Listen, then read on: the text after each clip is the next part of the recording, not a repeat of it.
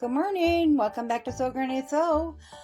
I am go through my scraps and get things used up.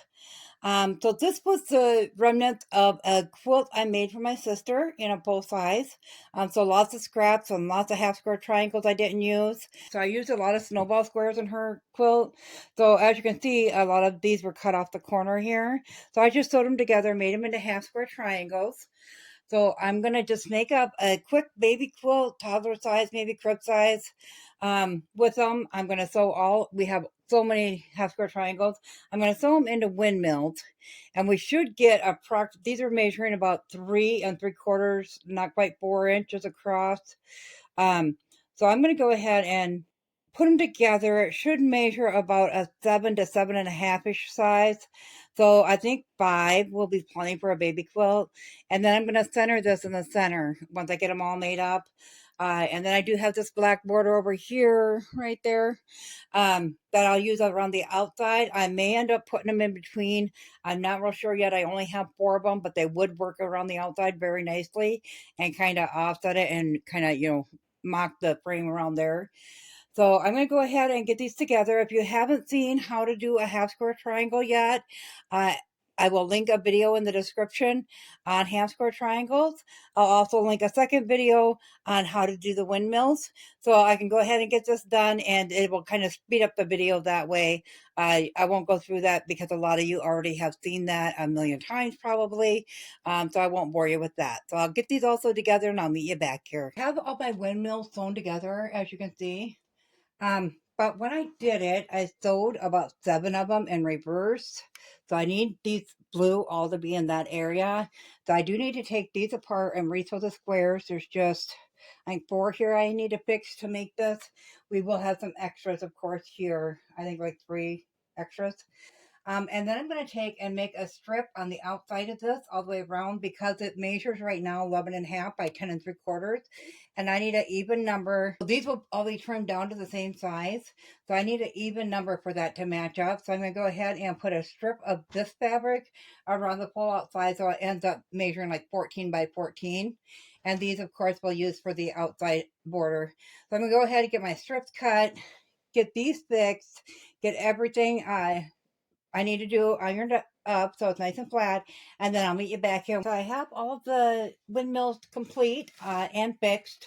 I did get everything ironed now. So I was going to go ahead and cut that out to go around this kitty block. But I thought, well, let's get these cut down to size to see what size we're going to be using. So we know how much to build that up. Because if we're going to cut 7.5-inch blocks, then we're okay with doing a 14 by 14. But say we were going to do a 6.5-inch block, we're probably better off doing that at 12. So it's divisible by that. That way we can fit exactly 2 around each side. And then, of course, 1 in the corner to make it a square quilt. So I have found that 7.5 is the perfect size for these blocks. And I do have them ironed flat. So we're just going to lay it down like that. And we do have a total of 32 blocks of the windmill. So we will need to cut down all 32 blocks. So we're just going to find the narrow end. See how that sticks out further on that one. We're just going to find where that meets to go to the 7.5.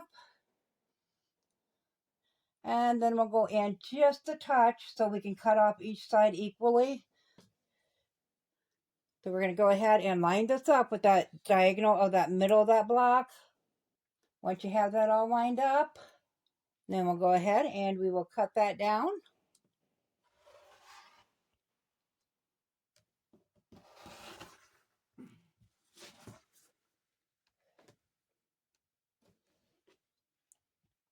Didn't quite cut, and I knew I needed to switch this blade out too.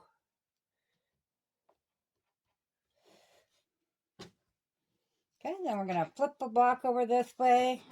We'll lay that back on there, and then we're going to make sure it's at 7.5 on both sides. So check here and here.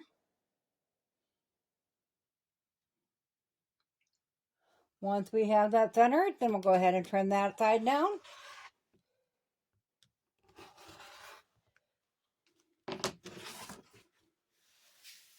And there is our 7.5-inch block. So I need to change out my blade, as you can see.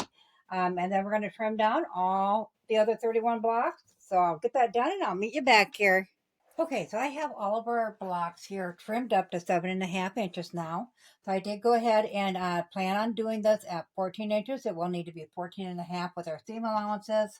So I went ahead and cut out 2 strips that are 3.25 inch by approximately 12 inches.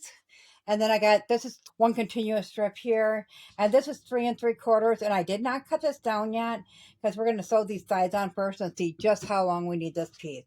So to sew this on, I want it to line up where the sewing is right on that black line. So we're going to go ahead and we're going to make sure that that's over that by at least 1/4 inch. And then we're going to pin that into place. Okay, then we're going to do the same with this side. Now I am starting with the 2 shorter sides on this to put this first one on.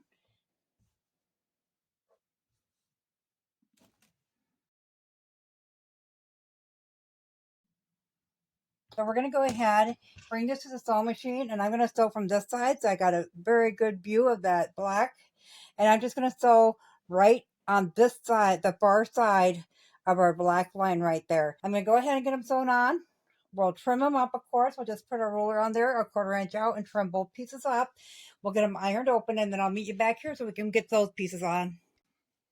So we have the 2 sides put on, and I did get them trimmed up and ironed open. So now I went ahead and I cut these down to go a little past each end. And we're just going to do the same thing with this as we did with these sides. So we're going to turn it this way. Make sure it's at least 1/4 inch over that black line.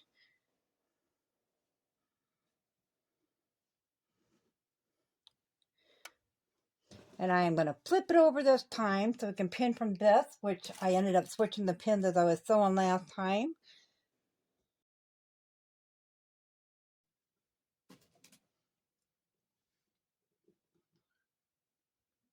And then we're going to do the same with this side.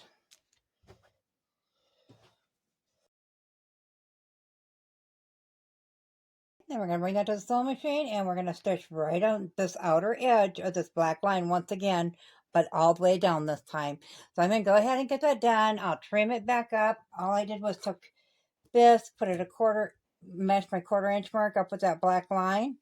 And then I just trimmed that down last time on the sides.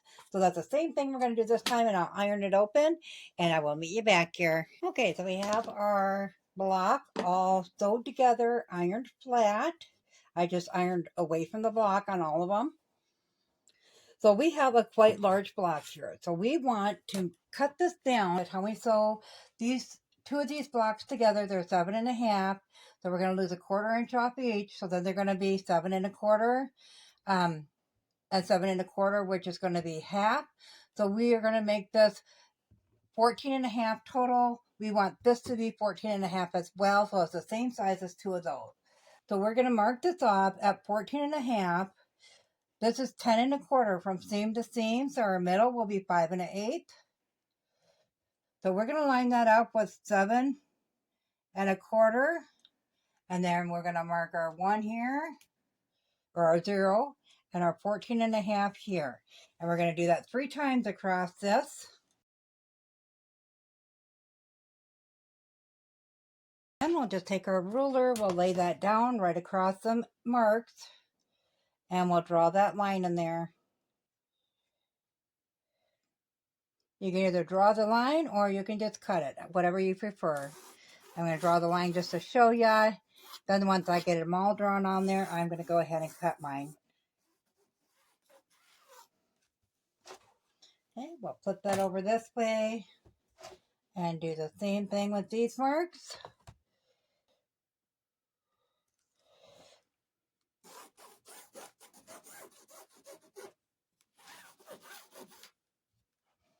Then if you want to double check, you can always measure from that mark to this mark, and we're at about 2.25 or 2 1/8.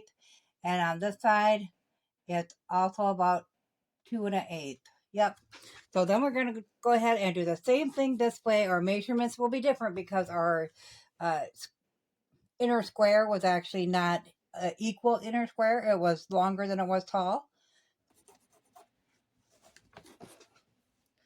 Okay, and then we'll draw the line down here, and then we will get ready to cut. Drawing that line just helps you know that you are lined up everywhere, because you can double check your work and see where that seam is falling from where you have your ruler at. I think I'm going to go ahead and move that out a little bit this time, and then we can always trim back up again later. Now, if you have 14 and a half or 15, I don't know how big a squares they make, but if you had a bigger square, you could certainly square it up with that. My biggest square is 12 and a half, so that would not work in this instance. Put it this way, see if it looks even. And go ahead and get this cut out. And like I said, we can always cut more off if we need to.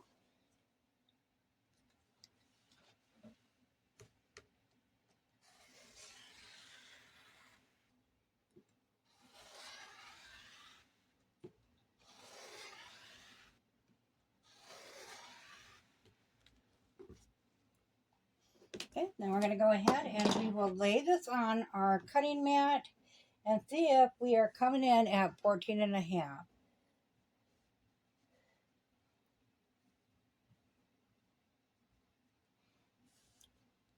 Okay, that's a little crooked, so I'm just going to go ahead and tidy it up. You can see we're out at 15 here, a little bit closer to the 14 and a half there. So I'm going to go ahead and tidy up all my edges. Block is now 14 and a half inches by 14 and a half inches. Okay, now we have our windmills all completed and cut down to 7 and a half. Our kitty panel in the middle cut down to 14 and a half, and then of course we have our border pieces. So I will meet you back here tomorrow, and we'll go ahead and lay this out, get it sewn together so you can see the finished product. And I am going to search for it back in the meantime. Hopefully I can find something. Be sure to check out those Amazon links in the description below. I am going to go on a hunt for kitty fabric today, and that's what I will link in the description for you. So be sure to check that out. I hope you found this video useful. If you did, go ahead and give it a big thumbs up. It really helps our channel grow. If you haven't subscribed yet, go ahead and click that subscribe button, because we'd love to have you here at Sew Granny Sew. Thanks all. Have a good day. Bye.